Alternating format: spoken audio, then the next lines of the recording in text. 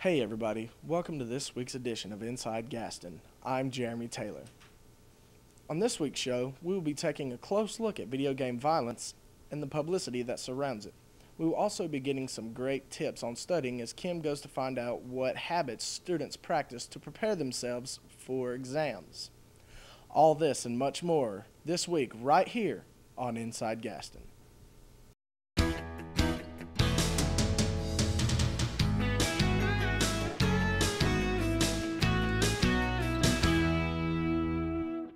Tony Burke has more on video game violence and the publicity that surrounds them.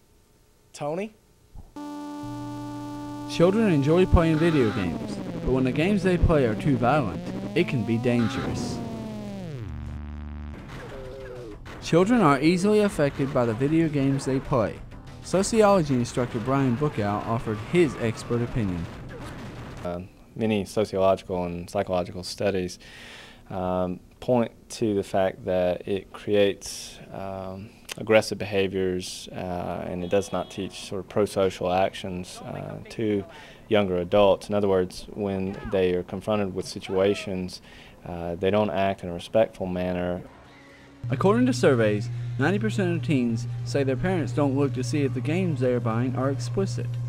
Circuit City associate Mark Muse enlightened us on store policy.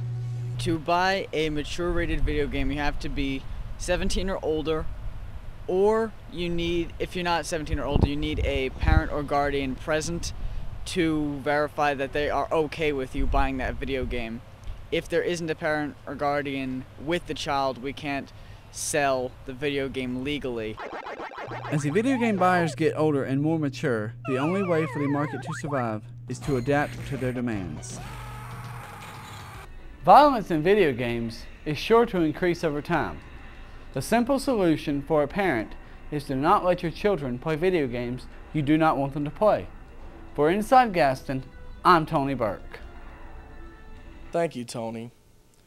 With the end of a semester comes exams.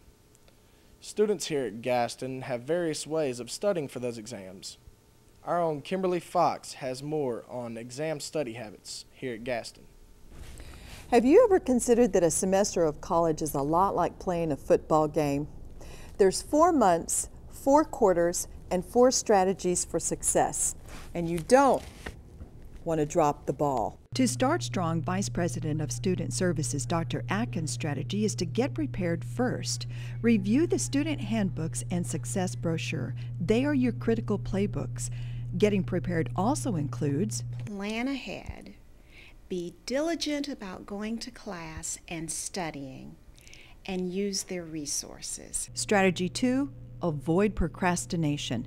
Special needs counselor Amy Davis gives the key. The pressures of college classes and family life and personal and work life, and how are you going to get it all done? I think the biggest thing is really just staying organized, planning ahead, keeping a calendar of important events and deadlines and things that are coming up. Midterms are like a halftime. Instead of blessing yourself out for mistakes and isolating, strategy 3, communicate. Get some coaching. The staff, once you surround yourself with those positive people, they give you that extra push. Exhaustion hits the last quarter, but your opponents won't let up. Strategy 4, take the college study skills class. Learn how to build great habits for a lifetime. I'm Kimberly Fox for Inside Gaston. Remember, focus on your success strategies. Get prepared, avoid procrastination, good communication, and great study skills. Graduation is your goal. You can win.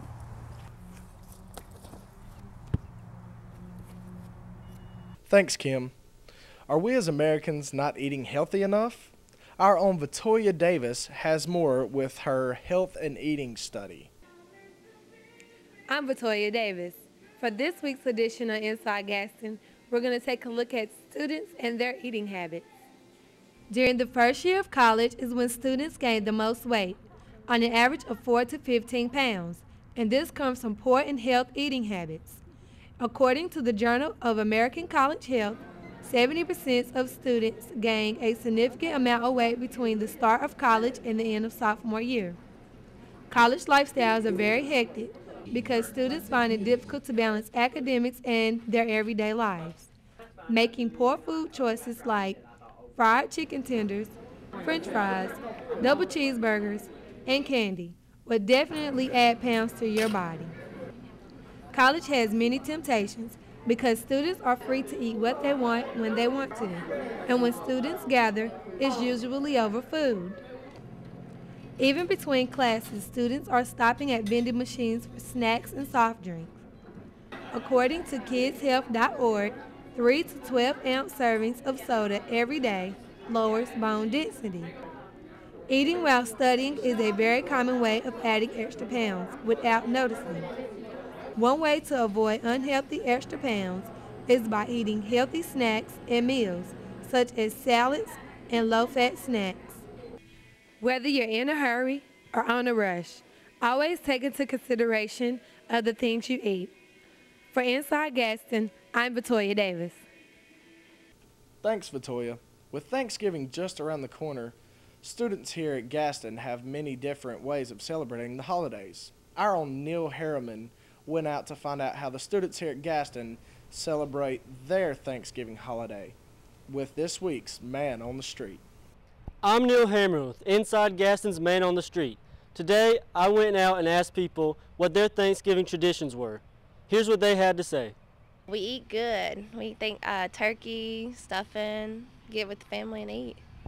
Our family gets together, we have like this big eat stuff, like lots of food, you know, and then we go shopping like the day after, so it's pretty cool. Generally, we have dinner together with the family. We usually put on a pretty big meal and have everybody get together at one house, and just sort of a fellowship time for the family. Basically, all the family members get together. We make a turkey, we bake pumpkin pies and apple pies, and we just get together and chit-chat, and we have like a family reunion. And it's been a tradition for years in our family. My grandmother did it, and we do the same. We eat a lot of food, go to families' houses, eat more food, and hang out. And then the day after, we buy all of our Christmas gifts. On Thanksgiving, I normally go down to Georgia, where all my family is, and we basically eat a lot and watch a lot of football. My Thanksgiving tradition is to befriend someone early in the year, maybe around September, and keep at it and develop that friendship so that they invite me over to their house for Thanksgiving dinner. And there you have it, some of the Thanksgiving traditions of those at Gaston College. For Man on the Street, I'm Neil Herriman with Inside Gaston. Gobble, gobble. Thanks, Neil.